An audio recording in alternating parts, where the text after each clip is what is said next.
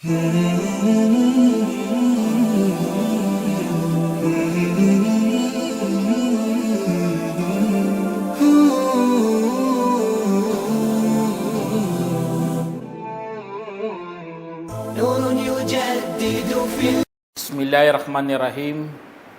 Assalatu wassalam ala asyrafil salin wa ala alihi wa ashabi ajma'in, amma ba'd. Assalamualaikum warahmatullahi wabarakatuh. Mga kapatid sa Islam, nandito naman po tayo para magbigay ng Islamikong pagpapayo patungkol ito sa hindi napupuno ang mga libingan ng mga Muslim. Kaya tandaan po natin mga kapatid, lahat po tayo, ang ating patutunguhan ay ang libingan. Hindi tayo makakatakas doon. Bagkus lahat po tayo ay darating sa punto kung saan sisingilin na tayo ng Allah subhanahu wa ta'ala. Kaya pinaghahandaan po natin, pinag-iisipan natin, at dapat handa ka bilang isang mananampalataya kay Allah. Na lahat po dito ay walang katatagan. Lahat dito sa mundo ay pansamantala lamang na pinapatikim ng Allah para magkaroon ka ng kaisipan na mas mayroong mas mainam sa lahat. Yun ang kabilang buhay. Kaya po, mayroong hadith si Prophet Sallam patungkol sa libingan. Sabi dito na inulat ni Ibnu Buraida na ayon sa kanyang ama na sinabi ng mensahero sallallahu alaihi wasallam, sabi niya, nahaytukum an ziyaratil kubur fazuruha. Sabi dito na pinagbawalan ko kayo hinggil sa pagbibisita sa mga libingan, kaya bisitahin na ninyo ang mga ito. Kaya napakalinaw sa Sahih Muslim na lahat pwede po tayo magbisita sa libingan. Pupunta tayo doon basta meron kang tinatawag na alintuntunin sa ating relihiyon. Ngunit ang masaklap sa lahat sa panahon natin na ang mga libingan ay napuno ng mga lapida, napuno ng mga puntod at nitso at iba pang mga gusali. Ito ay kakulangan po yan ng karunungan at kaalaman sa Islam. Kasi nga ang Islam ay ginawa ng ganap ng Allah subhanahu wa ta'ala. Al-yawma akmaltu lakum dinakum.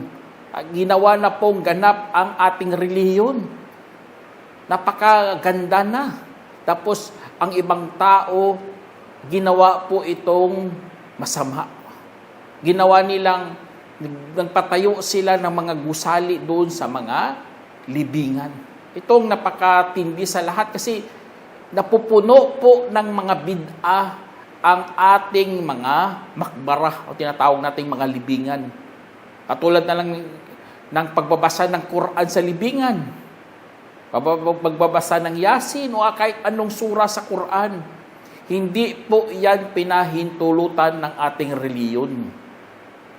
Bakit mo magbabasa ka doon? Anong purpose mo doon?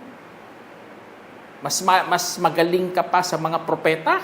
Mas magaling ka pa sa mga sahaba na mismo nakita nilang propeta ng salam? At ang masakit pa sa lahat, doon sa mga libingan na puno po ng mga kasulatan, minsan isinusulat pa doon ang Quran. A'udhu billah. Ya ayyuhatuhan nafsul mutmainnah, irji'i ila rabbika radiyatan mardiyah. Ito yung sinusulat nila. O mapanatag na kaluluwa, bumalik ka na sa iyong Panginoon na nalulugod at kinalulugdan. Itong sinusulat, bakit mo isusulat doon sa libingan? Subhanallah. Kahit napakaganda pa yan ng mensahe, pero hindi itinuro ng propeta sallallahu alaihi wasallam yan. Kaya huwag mong punuin ang libingan ng mga ganun, mga kapatid. Lalagyan mo pa ng pangalan, kailan siya ipinanganak, kailan siya namatay. Tapos ilalagyan mo pa yung pagmamahal sa mga pamilya, na hindi naman itinuro sa atin. Ito po ay panggagaya sa mga hindi mananampalataya, mga kapatid. At ipinagbawalan tayo dyan. Man tashabbaha biqaumin fahuwa minhum.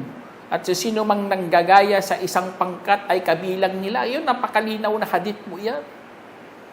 Kaya kung gusto mo, kapatid, kasi itong bunga po ito ng sobrang kamangmangan sa panahon natin.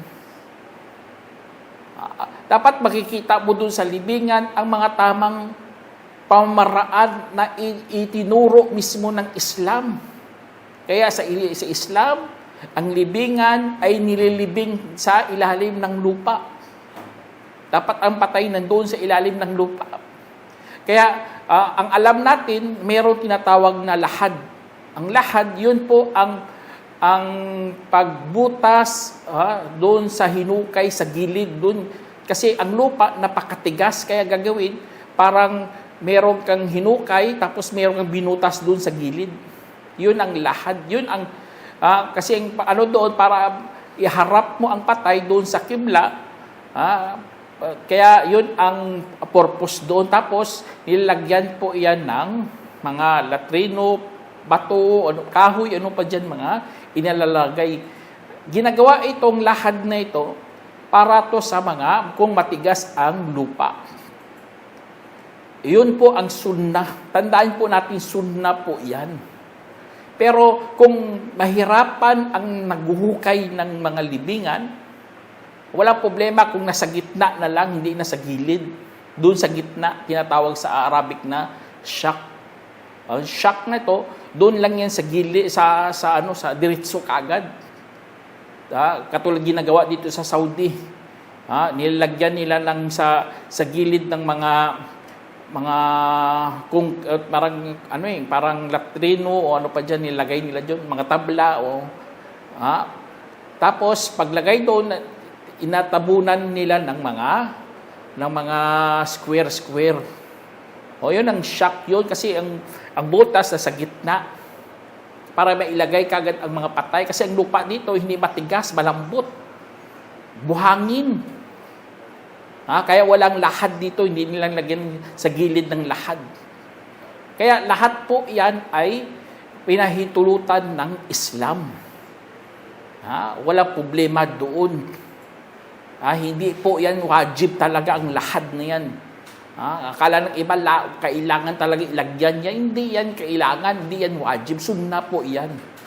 Meron siya sa hadith dito, an Jabir ibn Abdullah, an Nabi sallallahu alaihi wasallam, ulhida wa nusiba alayhi labin nasaba wa rafi'a qabruhu min al-ardi nahwa min shibrin. Sa inulat ni Jabir bin Abdullah na ang propeta sallallahu alaihi wasallam ay inilibing sa lahad, hukay sa gilid, at inilagay ng patayo ang mga latrino sa kanya, at sa kanyang libingan ay itinaas ng isang dangkal mula sa lupa. Isinalaysay ni Ibn Hibban at ginawang Hasan ni Albani. Kaya ganun na ganun sa Islam, mga kapatid, kasi ginagaya natin ang propeta sallallahu alaihi wasallam kung ang lupa po ay matigas.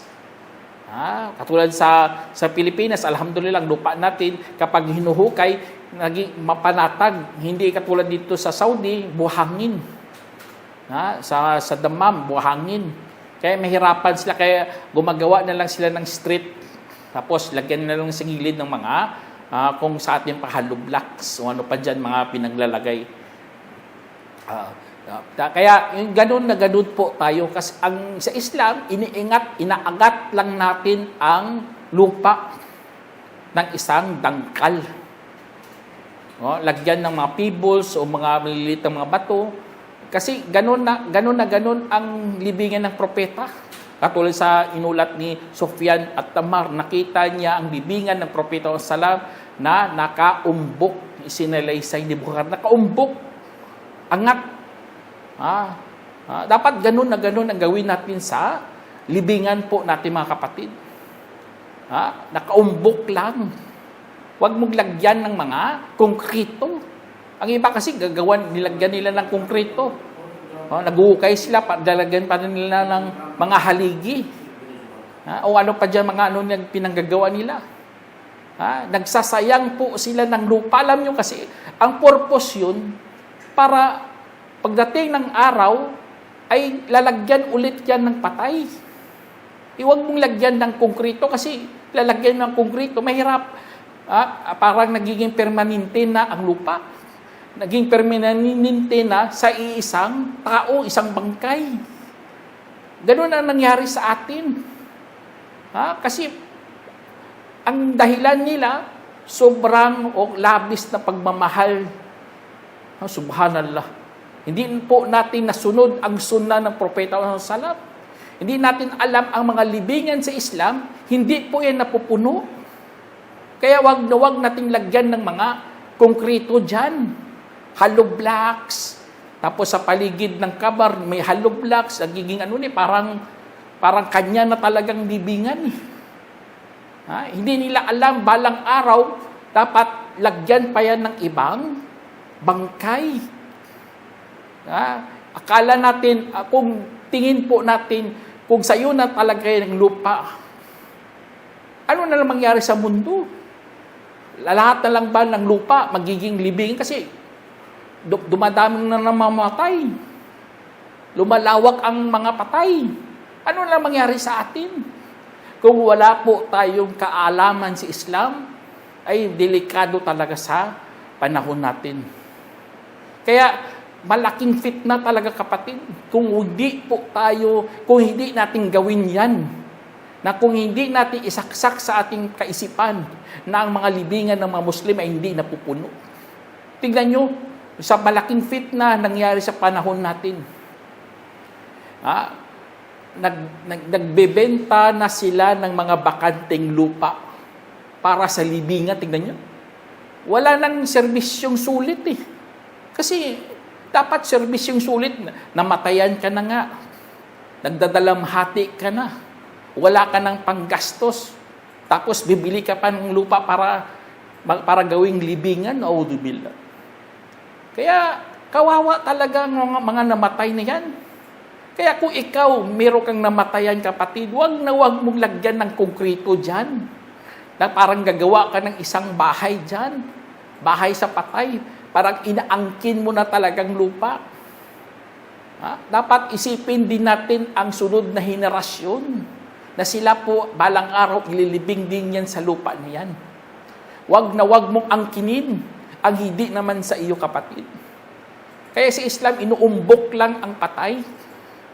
Naglilibing tayo sa lupa para madali siyang mag-decompose. Para mabulok ka agad, para makuha siya ng lupa. Ganun ang dahilan doon. Kaya huwag mo ipilit ang mga maling akala mo na parang ayaw mo ipagalaw ang libingan. Ginagalaw yan kung kinakailangan. Pero kung hindi kinakailangan, hindi naman kukunin yan. Dapat dumaan muna ng 5 taon o 10 taon. Wala problema yan. Pero aangkinin mo na talaga. Tapos puno ng libingan. Subhanallah, ano na lang ang mangyari po, kapatid? Maghahasik ka talaga ng mga fitna dito sa mundo. Tingnan nyo, sa Islam, sabi na inulat ni Abu Sa'id radhiyallahu anhu, na sinabi ng Propeta sallallahu alaihi wasallam, tiyak na susundin ninyo ang mga kapamaraanan ng sino mabago pa sa inyo. Dangkal sa dangkal, siko sa siko, hanggang sa kung pumasok sila sa butasan ng hayop na dab, ay talagang pasukin rin ninyo. Aming sinabi, o mensahero ng Allah, mga Hudyo ba at Kristiyano? Kanyang sinabi, sino pa? Isinalaysay ni Bukhari. Kaya napakalinaw po yan.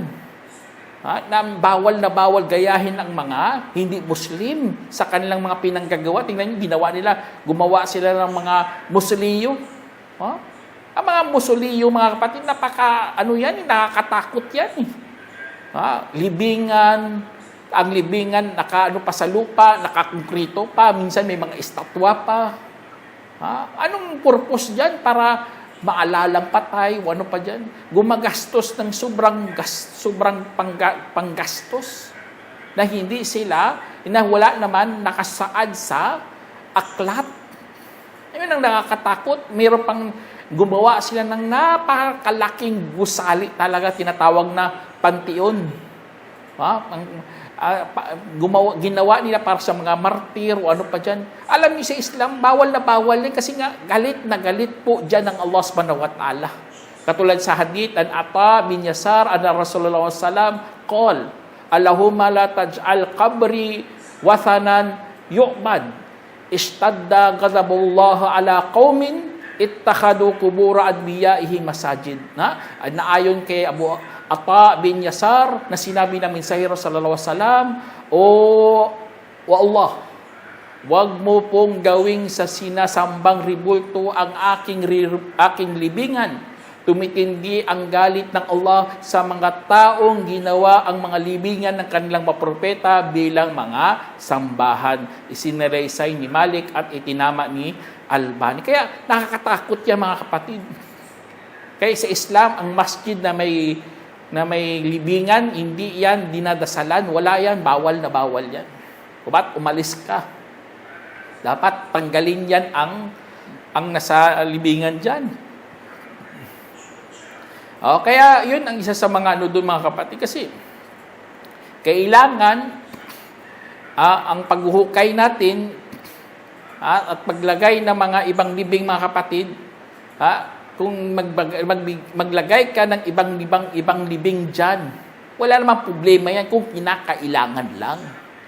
Example, wala nang espasyo sa panibagong ililibing, ay babalik na naman yan sa una, doon na naman sa una. Kaya dapat may arrangement talaga ang paglilibing sa Islam. Para pagka puno ng libingan, doon na naman magsisimula doon sa panimula. Ayun ang purpose doon. Kaya kailangan sa mga kamusliman, sa panahon natin ay magkaisa talaga, lalo na sa usapin sa libingan mga kapatid. Hindi kanya-kanya lang. Kanyang libing kang gusto. Hukay, hindi dapat mayroong arrangement doon. Ang purpose doon para ilibing naman para makapaglibing naman ng panibago ang mga iba.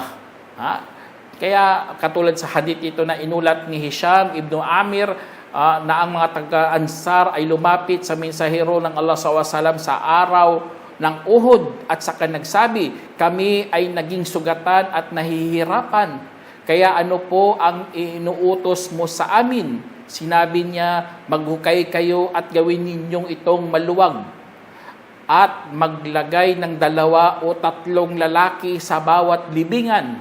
Merong nagsabi, sino po sa kanila ang uunahin? Sinabi niya, ang may pinakamaraming alam sa Quran.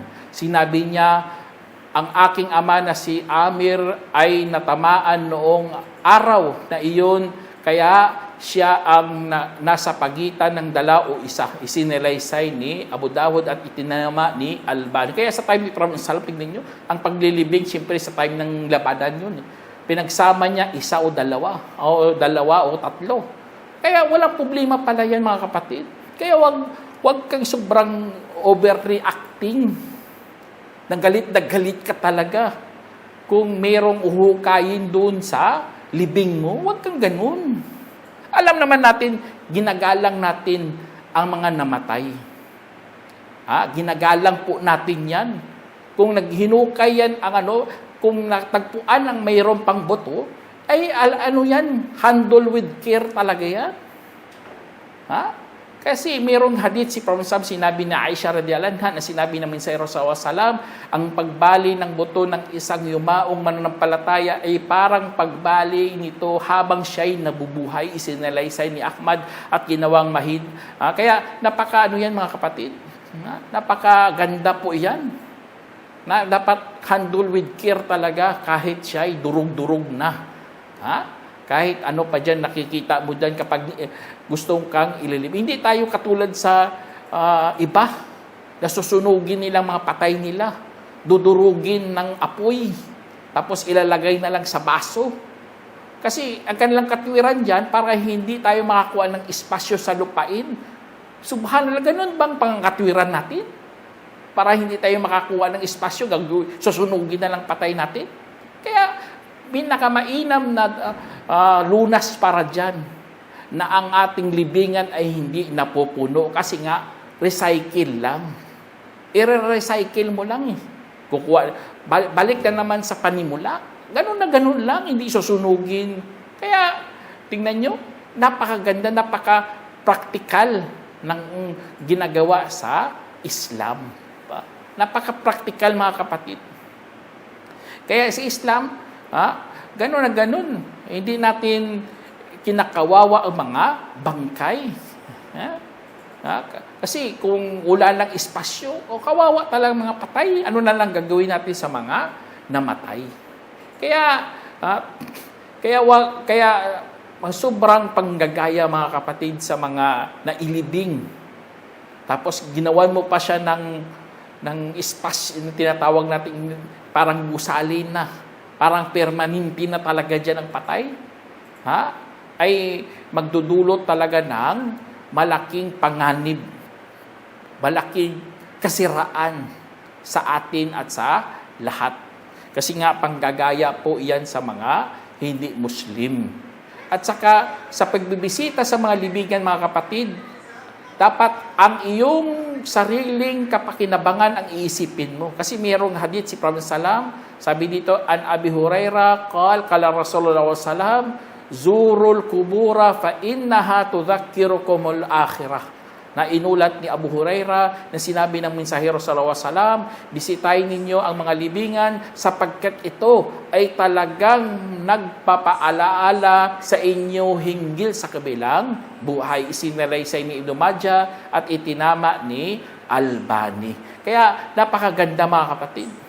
Kasi mayroon po talagang sense ang katuruan ng Islam. Na hindi tayo sobrang lumabis sa pagmamahal, lalo na sa namatay. Hindi naman pwede ang pagmamahal mo hanggang kamatayan. Dapat meron talaga hangganan talaga lahat.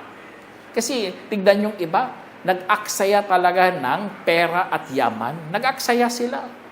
Nagsayang sila ng kanilang pera dahil sa pinanggagatulad sa ginawa nila sa Taj Mahal. Si Taj Mahal, ginawa po ni Shah Jahan noong 1631. Itinayo niya iyon para sa kanyang asawa, si Mumtaz Mahal. Na namatay tapos habang siyang pinapanganak niya ang kanyang anak, namatay silang dalawa sa panganganak. Kaya yun, nagpatay isang gano'n. Kaya nag-aksaya. Nagpatay ng malaki, talagang parang palasyo na eh. Kaya sa Islam, wag mong kausapin ang mga patay na para silang mga buhay. Wala na, tapos na. Wag mo nang parang kamusta ka na dyan, ano nangyari sa'yo. Wag mong kausapin, parang buhay po yan, kapatid. Kasi nga, ang mga nakikipag-usap dyan, tapos meron silang dalil, puro daip po yan. Katulad na inulat ni Abu Hurairah radhiyallahu anhu na sinabi namin sa Rasulullah sallallahu alaihi wasallam, walang alipin na dumadaan sa libingan ng isang taong kilala niya sa mundong ito na binabati ito ng salam, maliban na lamang na makikilala siya at babalikan pa ng pagbati ng salam. Isinalaysay ni Khatib at ginawang mahina ni Albani. Daip pala tong hadith na ito. Kaya wag natin kausapin ang mga patay na parang buhay. At merong sinabi si Allah subhanahu wa ta'ala sa Quran, napakalinaw sa lahat. Sabi niya, at hindi magkakatulad ang mga buhay at mga patay. Tunay na si Allah ang nagpaparinig sa sinumang kanyang nanaisin at ikaw ay hindi makapagparinig sa mga sinumang nasa mga libingan. Ikaw ay hindi kundi isang tagapagbabala. Kaya napakalinaw po yan, mga kapatid, sa katuruan ng Islam. Ang katuruan ng Islam, ang Allah lang ang nagpaparinig sa mga patay. Kaya kung kakausapin mo pa yan, tapos hindi ka naman pinahihintulutan ng Allah, hindi talaga yung makakarinig sa iyong sinasabi. Kaya sa atin, ang turo lang sa atin, mga kapatid, ipagdua sila at magbati ka ng salam. Yun lang gagawin mo. Isalam mo sila at paano ipagdua mo sila. Katulad sa hadith na si Prophet ng salam dumaan sa kanila, sinabi niya, Assalamu alaikum ahlad diyar.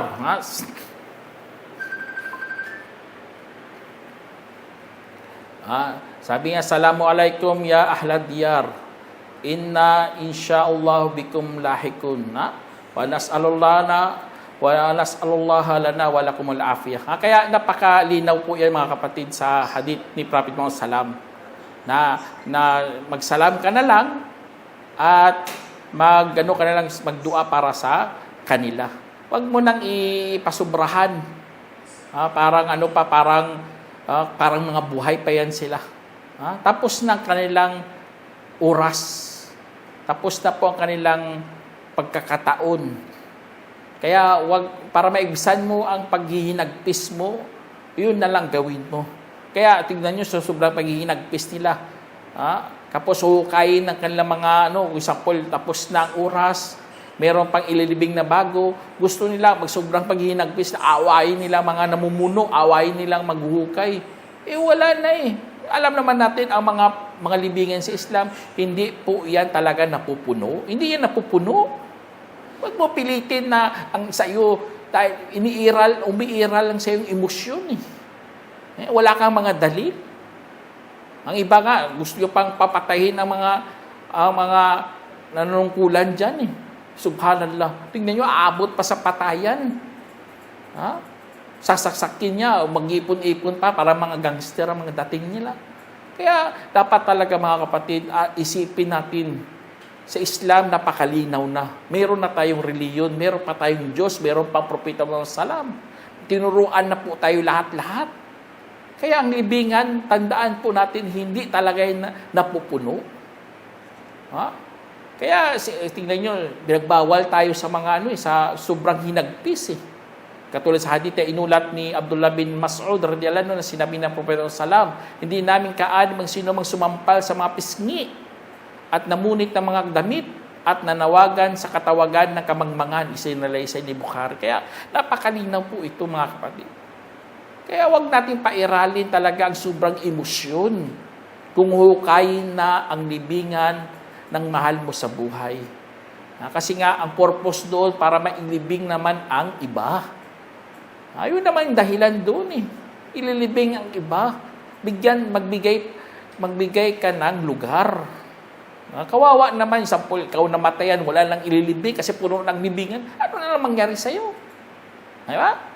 Kaya, hindi naman tayo katulad sa mga hindi Muslim na ang kanilang mga libingan parang patong-patong na. Nagiging parang building na sa sobrang laki, lampas tao na. Hindi naman tayo ganun. Dapat ibigyan mo talaga ng lugar ang iba. Sana meron kayong napulutang aral mga kapatid. Hanggang dito na lang. Assalamualaikum warahmatullahi wabarakatuh. جمعية الدعوة نور، الدعوة للجميع.